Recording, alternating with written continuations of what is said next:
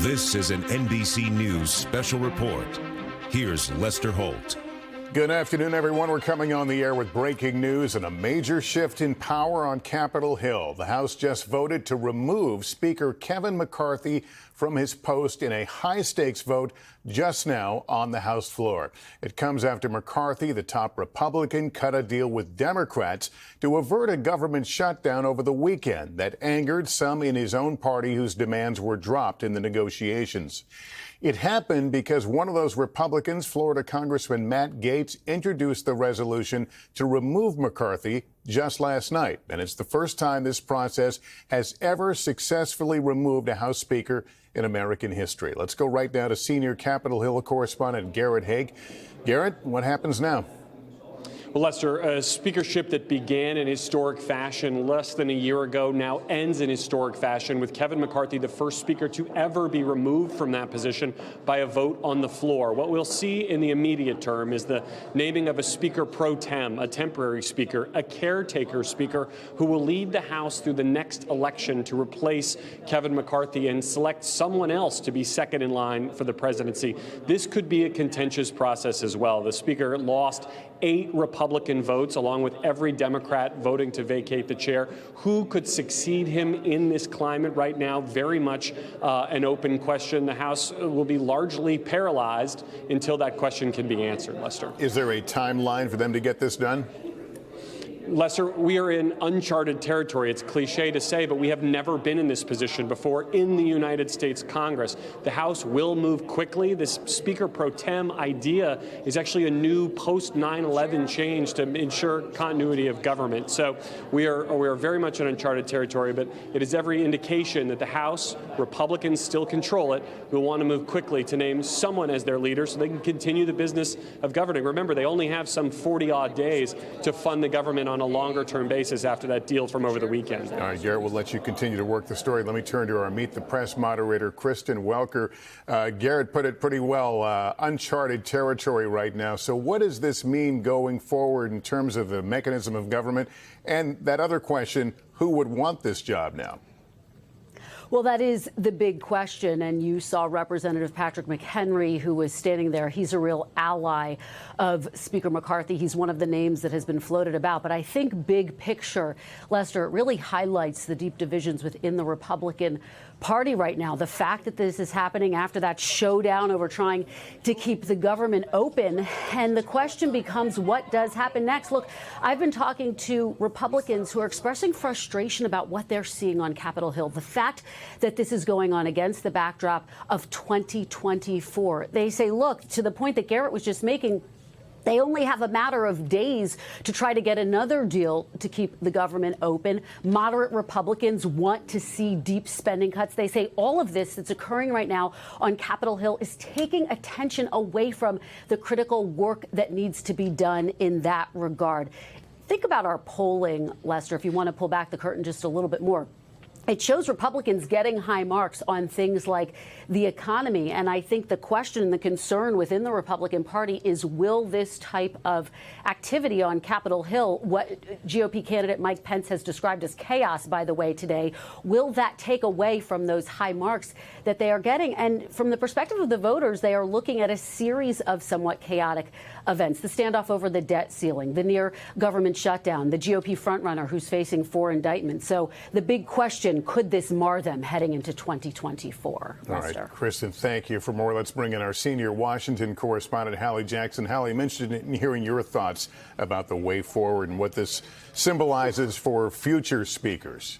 Well, right now, let's do short-term, long-term, Lester, because right now the word that comes to mind is essentially paralysis, because that is what is happening in the House of Representatives until this gets sorted out. Garrett sort of made a joke, and I smiled a bit, uncharted territory. Get ready to hear those 2 words a heck of a lot over the course of the next several days, weeks, who knows how long, because that is where we are. We don't know if now former Speaker Kevin McCarthy is going to try to run for the speakership again. We know it took him 15 votes to get it the first time. Might he try to throw his hat in the ring? Will there be other names, as you've heard described, who come forward on this part? And keep in mind the sheer drama politically of what we just saw, Lester, inside the Beltway, like we just don't see, right? It says something about our institutions. It says something about what the new normal is right now on Capitol Hill in Congress. There was an opportunity there. There was a chance that Democrats could have maybe bailed out Kevin McCarthy even, and they made the decision, that party did, that they were going to let Kevin McCarthy sleep in the bed that he made. And why do I say that? Because the deal that got Kevin McCarthy the speakership in the first place was this, that it only would take one vote to bring up this motion, very procedural thing, to potentially kick him out of office. From the very beginning, almost a year ago now, not even a year ago, the question had really not been if somebody would try to use that motion to kick him out. It was a function of when. Well, we now know the when piece of it after this deal to avoid a shutdown essentially was struck over the weekend. It could have been any number of things, and I would say that's also just the tip of the iceberg for some of these ultra-conservative Republicans who have long not wanted to see McCarthy in the speakership. So that's the short-term thing. As we're looking at these extraordinary images, the Speaker pro tem of the House of Representatives running things, recess now as Republicans are scrambling to figure out a way forward. And keep in mind those speeches that we saw, Lester, right? It was Republican versus Republican. This was not something that involved sort of both sides in the aisle, as we often talk about and often hear about here in Washington. This is, I think, the Republican ideological fight, the battle royale that is unfolding in that party writ large in several ways here. Longer term wise, listen, I think we've got to look at the way that American people view the institution here.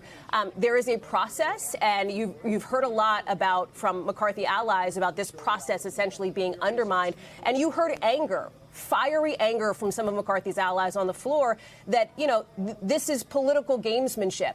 The question that perhaps those like Congressman Gates are doing this to raise money, to raise their profiles, if you will. So all of it, let me go back to sort of where we started here. Uncharted territory, Lester, no kidding. That's where we are, and that's where we're going to be for a bit. Yeah, we're seeing the pictures of the major players. Matt Gaetz, who was the one that pulled the political trigger on this, he was talking to reporters on Capitol Hill. We'll hear more from him, I suspect. Let me bring in... Well, you know, the stages of grief, I think, are in progress right now. Let's listen to a little of this. Colleagues, I think there was a stage of denial, and I've certainly experienced a good amount of their anger, and now we appear to be headed toward bargaining. I think the world of Steve Scalise. I think he'd make a phenomenal speaker. Has anyone spoken to you? Are you afraid of getting expelled? I'm afraid of $33 trillion in debt crushing the working people in my district. I'm afraid of the dollar losing its status as the global reserve currency.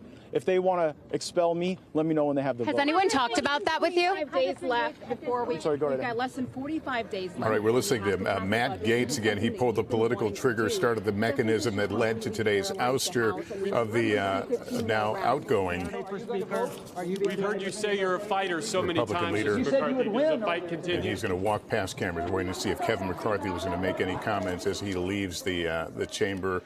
Matt Gaetz continue to talk. Let me bring in Chief White House correspondent Peter Alexander. Peter, what's the view from the White House on all this?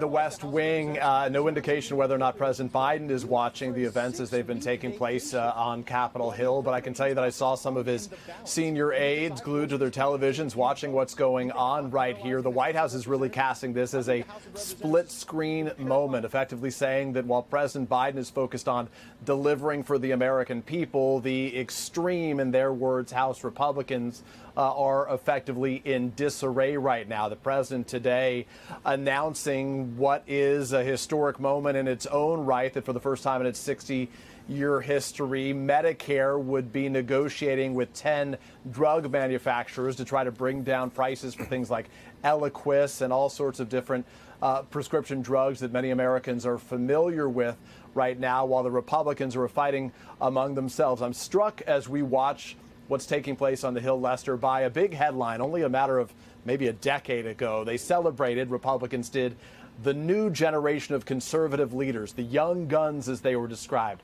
Paul Ryan, Eric Cantor, and Kevin McCarthy. Paul Ryan no longer in Congress. Eric Cantor booted as well. Kevin McCarthy, now a historic figure, becoming the first House Speaker to lose his position by a vote of this kind. So just another example of how, at least in the eyes of the White House and frankly, for anybody watching right now, the real challenges continue to exist for this Republican Party that has been feuding among itself and obviously among itself and obviously Donald Trump's role in all of this. Donald Trump, who you'll remember only a matter of a couple weeks ago was saying that House Republicans should shut down the government if they couldn't get the deal that they wanted. Well, the shutdown was averted. Kevin McCarthy made sure that didn't happen, but ultimately it cost him his job, Lester. All right, Peter Alexander at the White House. Thank you. Let me go back to our senior Capitol Hill correspondent, Garrett Haake. Garrett, it's not lost on anyone that Democrats were in a position to save McCarthy's job, and they made the collective decision not to. What's the blowback, potential blowback, the effect on Democrats? Well, Lester, we'll see where this lands when a new speaker is ultimately chosen, but Democrats felt like they owed Kevin McCarthy nothing, and frankly, he made no effort to even approach them in any serious manner to save his speakership. In fact, in this caucus meeting Democrats held this morning, where they discussed and debated how they would respond to this motion, the Democratic leaders played a video of McCarthy on the Sunday shows this weekend, attacking Democrats and suggesting it was Democrats who drove the country to the edge of a government shutdown this week, knowing full well that he would need those Democratic votes if he wanted to remain in power. For some Democratic lawmakers, that was a last straw. They never trusted Kevin McCarthy, not based on any of his recent behavior, his role in the negotiating of the debt ceiling deal, for example, that he immediately backed away from. But even going back farther than that, his actions after January 6th, where he condemned Donald Trump on the floor, then traveled to Mar-a-Lago to court his support, where he undercut a bipartisan commission to investigate the 6th that he himself had asked to be created.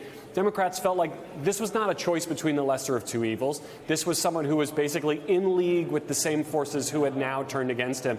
And so there wasn't really much of a choice or a decision to be made here. McCarthy and the speakership was Republicans' problem, and Democrats would vote as a bloc to basically say, we don't want this guy. Solve your own problem, Republicans. That's the choice they've made, and we'll see how that plays out in the longer term when a new speaker is chosen, Lester. Yeah, was it ever clear the number and what kind of deals that were made for him to get the job in the first place? This has always been a question, Lester, and perhaps we'll get a better answer now that he is no longer the speaker. The conservative faction of House Republicans said that a variety of deals were made, including placing some of their members on the Rules Committee, which controls what bills come to the floor, that spending bills, for example, like the ones we've been debating over the last couple months, would be brought up on an individual basis rather than in a big group all before Christmas, as is often the case. But there were also conservative members who said there were other deals that were made, side deals on various policy positions or guaranteeing votes on various issues. McCarthy never formally confirmed any of that publicly. No paper was ever produced to confirm those deals. But it's that lack of trust that I think contributed to the position McCarthy's in now. I think about someone like Nancy Mace, who is a member who has been at times allied with McCarthy, but who's repeatedly said how frustrated she was that she couldn't count on him to keep his word to her. She was a surprise yes vote to replace McCarthy today. And I assume there's great pressure, obviously, to get things worked out and back on track as quickly as they possibly can. Yeah, and I think that's one of the great ironies of all this, Lester, is whoever the new speaker is, and whether they're chosen today or a week from now or 3 weeks from now, will have to deal with all the same problems this speaker did. I just interviewed one of the House Republicans who voted against McCarthy, who was explaining to me his frustration with the mounting debt in this country and the spending bills being as large as they are. And I asked him, is that going to change with a new speaker? And he said, probably not, but we have to try. So we could very much find ourselves in a similar position with a new speaker in the not-too-distant future, Lester. Garrett Haake, thanks very much. That concludes our special report. Much more ahead on our streaming network, NBC News Now. And I'll see you tonight with more on NBC Nightly News. For now, I'm Lester Holt in New York. Good day. Thanks for watching. Stay updated about breaking news and top stories on the NBC News app or follow us on social media.